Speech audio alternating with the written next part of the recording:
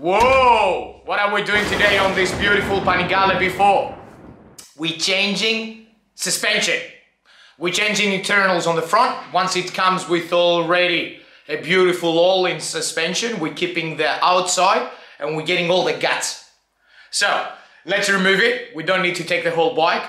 Let's run to our mate Glann Allerton to see the magic he can do and set up our new suspension. What we're putting in, wait and you'll see over there. See you soon guys, I need to be quick. Bang!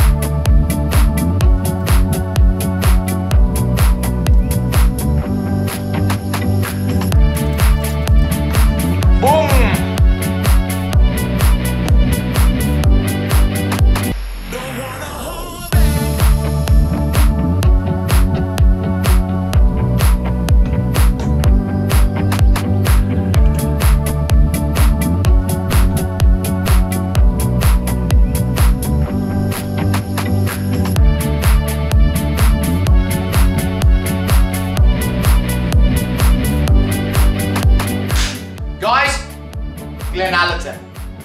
Now everybody knows Glann Allerton, 3 times Australian superbike champion there, probably one of the biggest legends that Australia has in superbikes. And when his workshop, we are suspension, he's gonna do his magic. Mate, I'm out of your way, you do whatever you want. So we're gonna fit some K-TECK Fork Cartridges to Con's bike today. We've got one apart over here. You see here, it's quite a special piece of kit. So fully sealed cartridge, and yeah, we're going to fit it into his Olin's forks, and yeah, upgrade the forks and turn his bike into a beast.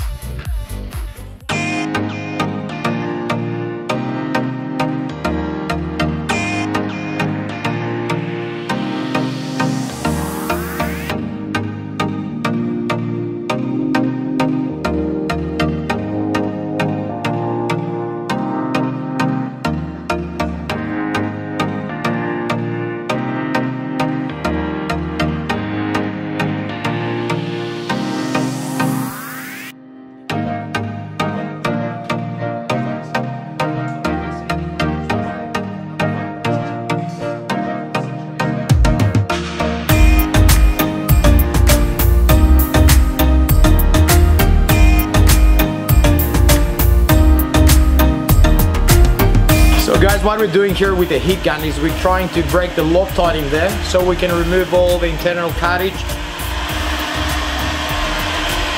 in one piece. One piece. Tricky part. We don't want to get it too hot, but just want to warm it up enough to expand a little bit. And break the glue. Yeah. Yeah. And let's see if we made it. No. Next go. I'm just going to take the cream tube off. I've had enough of those.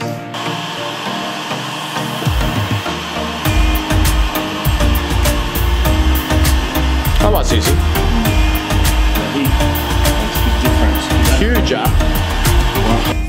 Yeah, I have to do this a lot here at the suspension business. Sometimes the tubes get damaged, bent, or they just get worn out from the bushings running on them. And you cannot remove it from the inside, huh?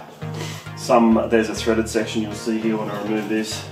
Some forks have a grub screw from the side you have to remove and then drill it out to make sure. Like locking it, yeah. Yeah, but you see the threaded section here and the threaded section there, and the reason why we took it out was because of the bottom part of the cartridge, the cartridge is still fit on the bottom, yeah. Yeah. It'll come off nice and easy now. Beautiful. What we want to do is, you can see all the old Loctite there that we heated up. And quite a lot, huh? Yeah. So we're going to take that and put it in the parts washer and give it a clean. Make sure everything's cleaned up. It uses hot. The cleaning fluid's hot. It's also biodegradable. Apparently it's made out of some sort of mix that's made out of, I don't know what it is, whether it's vegetables or something, but okay. they claim that you can eat this stuff, but I wouldn't eat it. But the thing that actually gets it clean is the heat. Just take a wire brush and try and clean all the old Loctite out of the threads there. But we don't want to run it on the chrome tube itself. So you want to scratch it, yeah? Yeah, Scotch Brite here and clean everything off. I spend too much time in this wash bay.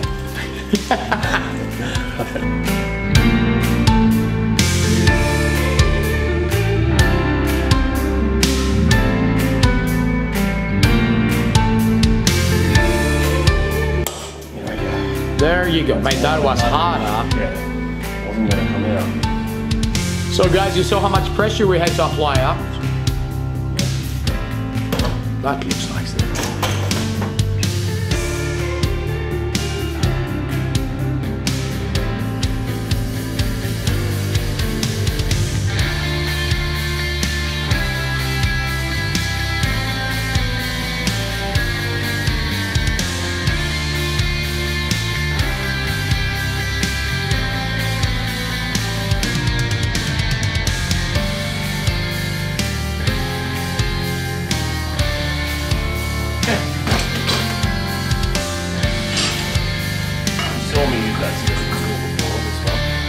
So we make sure the bottom part of the cartridge has a nice film of grease on it because the alloy thread's going into an alloy boot, and you don't want it to seize up, which is pretty easy to do.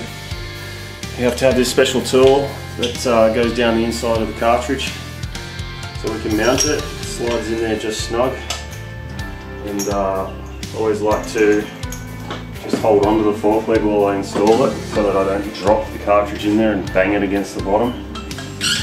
Slide the cartridge in there, and we always got to make sure that that little O-ring there is lubricated. So that little O-ring has an expander here on this castellated nut, and this O-ring actually, when this castellated nut is screwed down, expands out into the chrome tube, and that seals the bottom part of the cartridge. So pretty important to make sure that that O-ring is nice and fresh and not tight and dry and getting caught on the bleed port on the side of the chrome tubes. That's really important too. Beautiful. Install that. Let's put that in there.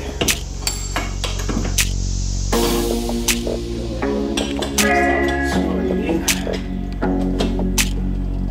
Torque wrench.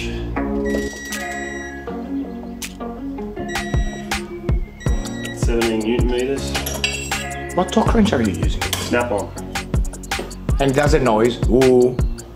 70 Newton meters. Yeah, it actually vibrates in your hand when it hits the right torque. Okay. Yeah. Well, that's interesting. So it makes a noise when you start to get too close to the pressure, and it actually vibrates once you hit the pressure. That's a nice tool. Earlier is it's a bleed tool. And it's for pumping the inside of the cartridge, because we have that O-ring that I showed you before that has to expand inside the chrome tube. We need to pump it up and down with this tool here just to bleed any air that's caught in between the outer part of the cartridge and the inner part of the chrome tube. So we have to use this tool here to pump it. It's like a bleed pump. You push it in and it's basically, you can hear the bubbles. I don't know if you can hear them, but here are all the bubbles coming out. It's bleeding the inner part of the cartridge, and then has a one-way valve on it so you can pull it back up. You push down on it, and that's how you bleed the cartridge properly before you install the rod itself.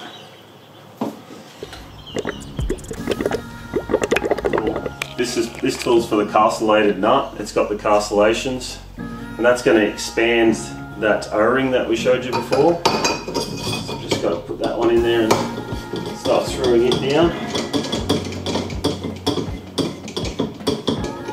Doesn't take a whole lot of torque. So just before Glenn showed us the O-ring that he was lubricating, and it's the one that seals. What he's doing now, he's tightening from the top with a rod, and that O-ring is going to expand with a cap on the top, and it's going to seal the bottom part of the cartridge. Correct? Correct. Correct, guys, got it. And then we're actually going to use the pump one more time just to double check. So this is the bleed tool going back in again now that we've expanded the O-ring again. Yep. Just to double check there's no air in there whatsoever. Yeah, it's nice and firm. No bubbles. So we're good to go. The important note is that during that whole process, I filled the cartridge up so that the oil level was above the cartridge. So as I was pushing on it, I'm trying to get all the air out of it. And if you don't have the right amount of oil in there, obviously you're not going to bleed it properly. So just a point to note there that I put enough oil in to cover the whole cartridge inside. Now, another special tool. This tool's for placing the rod in. So the rod itself is this here. I think I showed you before. And on the rod, you have a piston. You have your adjusting needle that's here. So when you wind your clicker in, pushes on a little valve that's on the inside here that you can see. And all it does is allow either a little bit more oil to bypass or less oil to bypass. So if you want it stiffer and you push in on the needle by winding the clicker in, it closes off the bypass. If you undo the clicker, it opens the bypass so more oil can go down the center there and then come out the side port there. When we install it, we have to fully disengage the top out string, so stretch it out completely. We need this special tool here. It has to be hollow at the end so that the whole rod can go through it. And what we're going to use is this special tool along with another one with a worm drive on it.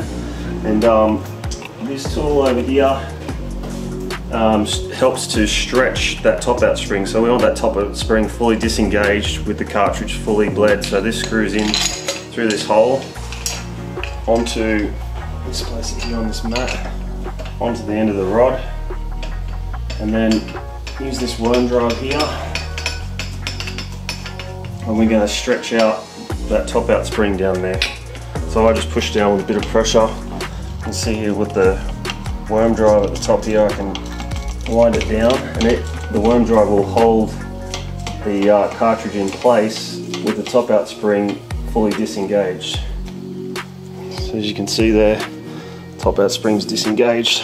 Now we can go ahead and install it into the cartridge. Beautiful. And one thing we've got to check and make sure we've got plenty of fluid. I'll just add a little bit more. I don't know if you can see in there, but we want to aim to have the cartridge just a little bit more full than over the top of it.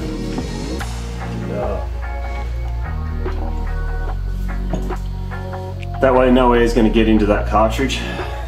And then we're going to take the rod, push it down in there. It's pretty easy, it sort of guides itself in there really. And what I like to do is pump it up and down, because that little bleed port that I showed you before would still have a little bit of air in it, so we're just displacing that little bit of air out of the bleed port, and then this starts to screw in. I screw this in by hand, so I feel the O-ring seat down and fully close the cartridge, like that, and then I'll go ahead and undo the worm drive so that we can get this out. And then this tool come out of there. And I'll tighten this one here up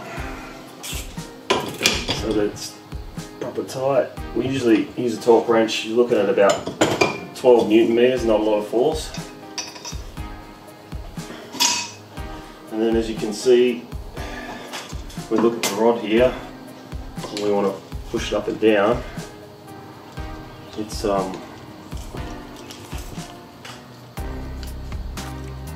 she's all pressurized.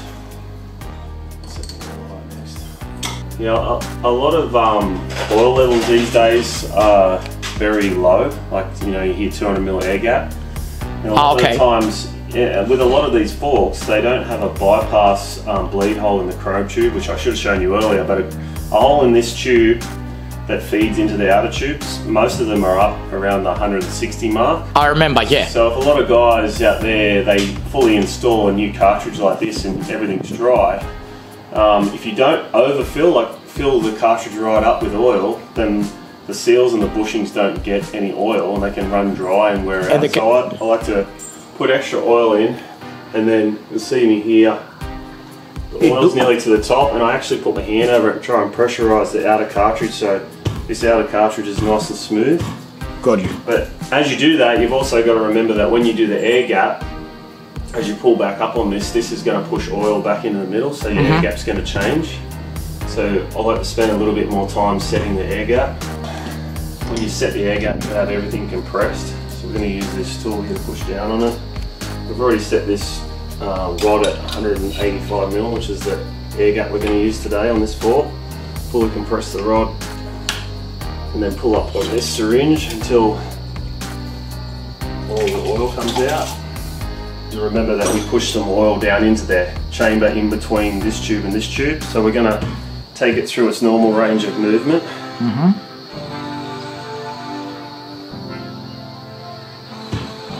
And then what I do is I'll let it settle for a few seconds. So you'll see here I'll reset it, and then this is about how much extra oil was in between those two chambers. So that's quite important when setting your air gap, you know. Some people, you just set the air gap with it pushed down and then don't do this exhausting of the in between the chambers. Then when you ride the bike, it's going to be going like this all the time, and it's actually going to have a higher air gap than you thought you originally had. Beautiful. Next we'll throw the spring in. Con's a big hard breaker, likes to brake hard, so aims very hard on the brakes. So he's going to use a 115, so a 1.15 kilo fork spring. You reckon I'm a hard breaker? Well, that one time in the 5 hour when I tried to pass you and then you came back up the inside of me, yeah, I reckon you're a pretty hard breaker. That's something good to hear. Yeah, give it a clean. Got that in. This tool's really good for pulling up on it. We got the rest of the cap here. This is just a locator for the spring, fits inside the spring. K-TECK are good enough to supply a tool for pulling up on the rod, this tool here, and then installing this this here. We have the fork cap. Everything's nice and clean because it's new out of the box. Goes on there. Doesn't take a lot to tighten these up. You're only looking at about 12 meters of torque, so don't go crazy on these guys. The force is not spinning around in circles, it's going up and down in these torques. But yeah, true. Meters is all you need. And then DUCATI has a special little piece that I've never seen before, but it's I think it's to guide the I think it's to brace the top of the tube here against the handlebar and then guide the bottom part of the fork. It goes in there like that.